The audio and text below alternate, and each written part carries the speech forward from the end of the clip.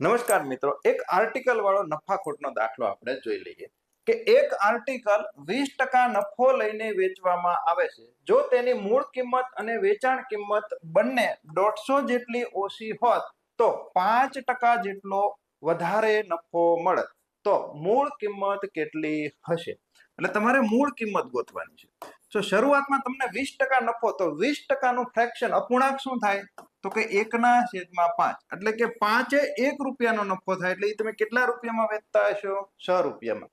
હવે જો તમે 150 રૂપિયા ઓછા લ્યો બંને બાજુથી, મૂળ કિંમત અને ખરીદ કિંમત, તો તમને 5% વધારે જેટલો નફો થાય છે. પહેલા 20 થતો તો હવે કેટલો થશે? 25. 25%નું ફ્રેક્શન શું થાય છે? તો કે 1/4, એટલે કે 4 રૂપિયા વાળી વસ્તુ તમે કેટલા રૂપિયામાં વેચશો? 5 રૂપિયામાં. હવે જો કે અહીંયા કેટલો ઘટાડો થયો છે? તો કે 1 ભાગનો. અહીંયા કેટલા ઘટાડો થયો છે? 1 ભાગનો. બંને બાજુ સરખો હોવો જોઈએ, પણ રકમ એવું કહે છે કે આપણે 150 રૂપિયાનો ઘટાડો કર્યો. તો તમે એવું કહી શકો કે આ 1 ભાગની કિંમત કેટલા રૂપિયા છે? 150 રૂપિયા. તો આ 5 ભાગની કિંમત કેટલી થશે? 15 પંચા 75, 15 90. બધી કિંમત તમને મળી જશે, બરાબર. આ ઘટેલી કિંમત પણ મળી જશે. કેટલી થશે? 1560, 600, 15 પંચા 75. બધી કિંમત મળી ગઈ, પણ આપણને શું પૂછ્યું છે? શરૂઆતની કિંમત. તો શરૂઆતમાં કેટલા હશે?